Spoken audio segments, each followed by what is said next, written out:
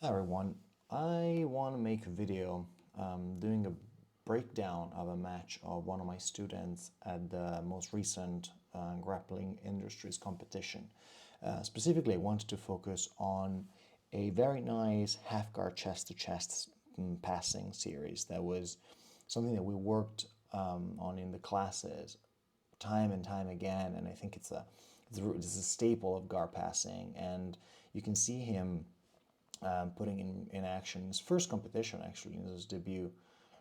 So here we go. We start here. You can see him in a sort of a headquarter position. The other guy just pulled guard. And you can see now he's going to use the headquarter eventually to shoot to half guard, right? And you can see right from the get-go, looks already a very nice position because you can see his right knee basically coming outside of the line of the hip, of the far hip of his opponent, which is obviously a great way to hold half guard because that means that where the bottom player try a knee lever, for example, like posting this foot on this knee, it would be very, very hard to perform because the knee is outside the line of the hip. And immediately what Sebastian does is that he shoots here, he shoots a crossface, an underhook, right? Immediately establishing diagonal control, right? So the near side hip, far side shoulder, and it's going to bring the head onto the far side shoulder. So this is already looking pretty good. And he already goes for a crossface. Obviously the other guy probably, is not a very seasoned competitor. Didn't really frame, didn't really prevent the crossface, just sort of holding his underhook in place. Nonetheless, here he is, already establishing a strong crossface. You can see him. There you go. He keeps holding. Now what he's trying to do is trying to walk. You see, sort of walk the elbow. His opponent's elbow got out and away. The bottom guy seemed very strong, actually, potentially much stronger than my student. But obviously, he's pinned, carrying body weight. Now he's trying to release pressure here on the crossface, but it doesn't really do much. And yeah, all in all, it looks good. Now, the thing that I really wanted to focus on, which I think is one of the most interesting things that we worked on, and it can really help your game. Because you can see here my students sort of huffing and puffing. It's like, man, this guy's strong. I'm here I am coaching him. But one of the things that I really want to emphasize in this video is this idea. Two things. First of all, the idea of pinning before passing. Right? And this is something that you can see specifically with half guard passing, which you have a very solid pin, both hips and both shoulders on the ground, but the pin comes before the pass, and this is something that I emphasize a lot with my students. Like, don't try to focus on the pass, focus on the pin. The pass will come later, right? The scores will come later. That's one thing that I think is very important. You can see here beautifully executed. The other thing that you see a lot in this video is this idea of half guard being potentially better than side control as a pin. And the reason is because half guard, because you're sitting on the leg here, right? You're sitting on the top player's near side leg, as it were, but bottom player's near side leg, sorry. Because the leg is pinned, it's really hard to perform this kind of inversions, right? If this had been a side control situation, I think the bottom player could have potentially taken my students up and over and kind of just sort of this kind of weird inversion, right? But because this is an half guard situation, this leg, the bottom player's right leg, as it were, can only go so far. And so you will see here, you look at this frame and you think, man, the guy's gonna go. But actually, he can immediately post. And the reason why he can do that is because this leg can only go so far, because it was trapped underneath half guard. And because the whole angle of half guard chest to chest doesn't really conduce to this kind of inversions, which of course we're talking about beginners, right? Those people have been training for a year and a half maybe, and just as far as beginner goes, something obviously you wouldn't see this kind of a reversal in the DCC, but this is not what we're talking about here. And so this is why I emphasize so much half guard chest to chest, right? Because it's going to be very hard to hit this sort of very explosive inversions. Another thing that I want to talk about, which you really see in this video, is the idea of a checkpoint. There it is. So half guard chest to chest, this is something that I stole from Limi BJJ, from the Less Impress, More Involved. I wish I had come up with that because I think it's really cool.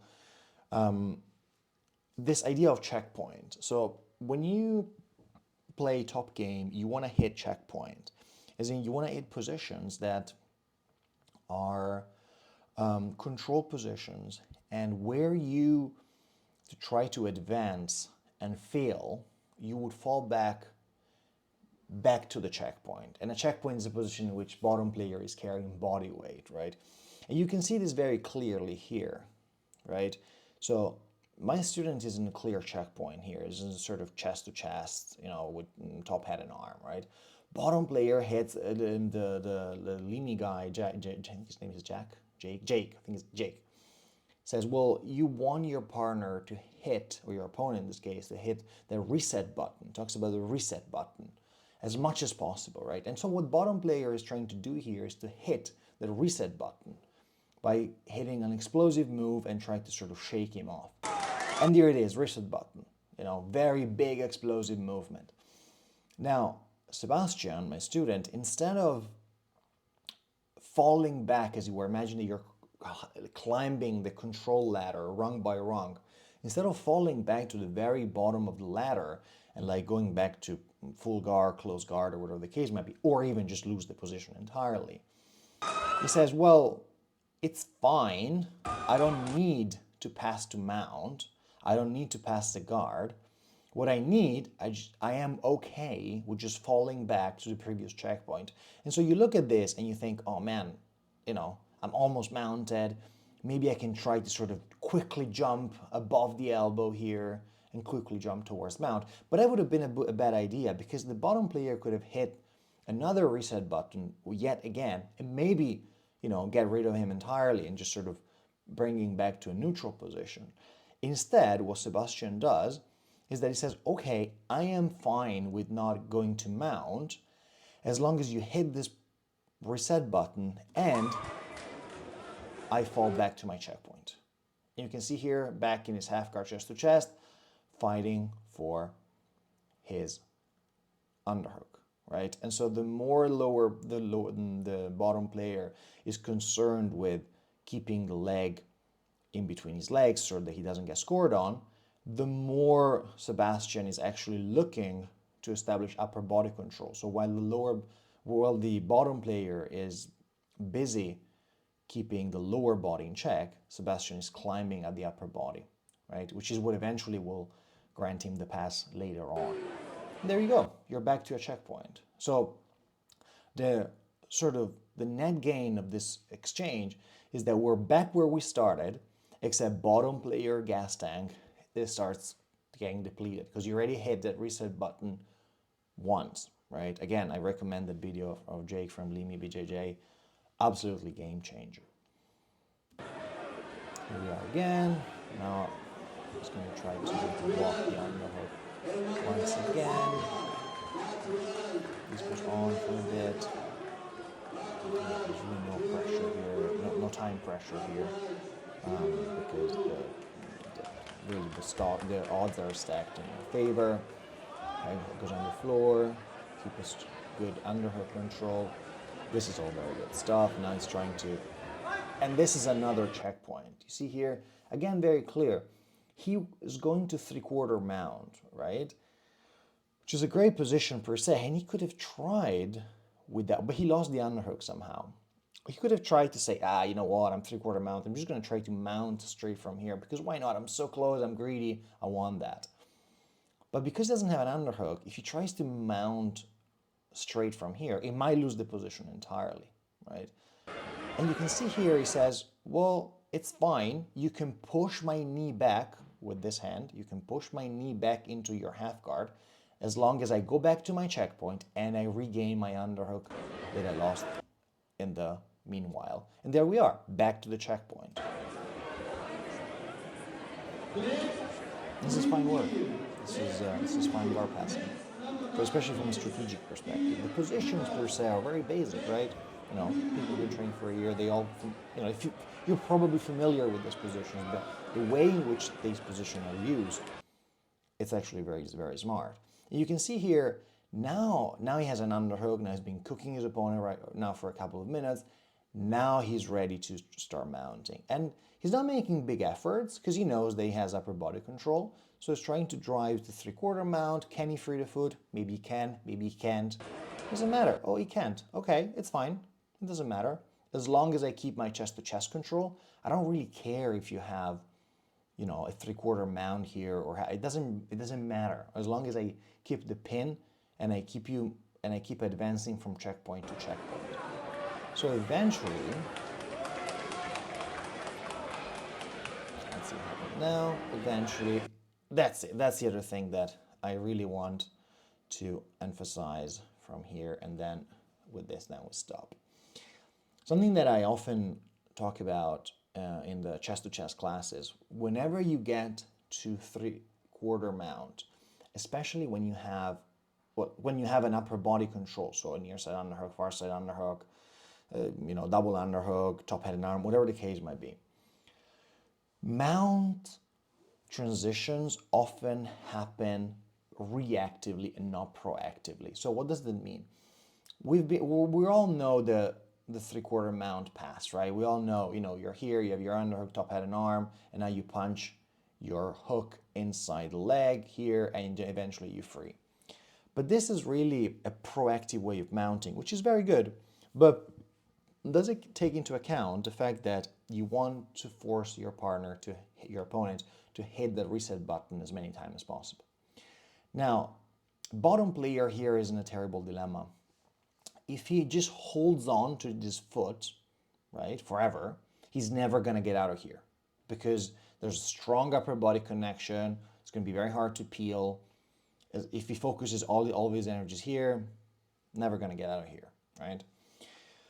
The problem, and so eventually he's going to be losing by ref decision probably because he's been sort of just taking body weight throughout the whole match. So, you know, it's gone. The problem is that as soon as he starts moving and starts to generate movement, it's going to be very easy for Sebastian to free his foot. And so that's exactly what happened. One of the things that I teach in the chest-to-chest classes is whenever you get and you have strong upper body connection and you get to 3/4 mount, don't be hasty. Try to mount as much as possible reactively instead of proactively. So let your opponent explode so that he hits the reset button, uses energy, and use the explosion to actually free your foot. And that's exactly what happens here. You see, he's not punching the butterfly hook inside the leg. He's not doing anything, Sebastian. He's just waiting for the opponent to bridge. Here it is, here's the bridging foot. And that's it. And eventually he went to mount. You see, this is a perfect example of a reactive pass to mount from 3/4 mount. And that's it. After this, there's a nice submission that comes after this, nice karagatame, but it goes beyond the scope of this video. I just wanted to focus on the chest-to-chest series. So thank you very much for watching, and until the next time.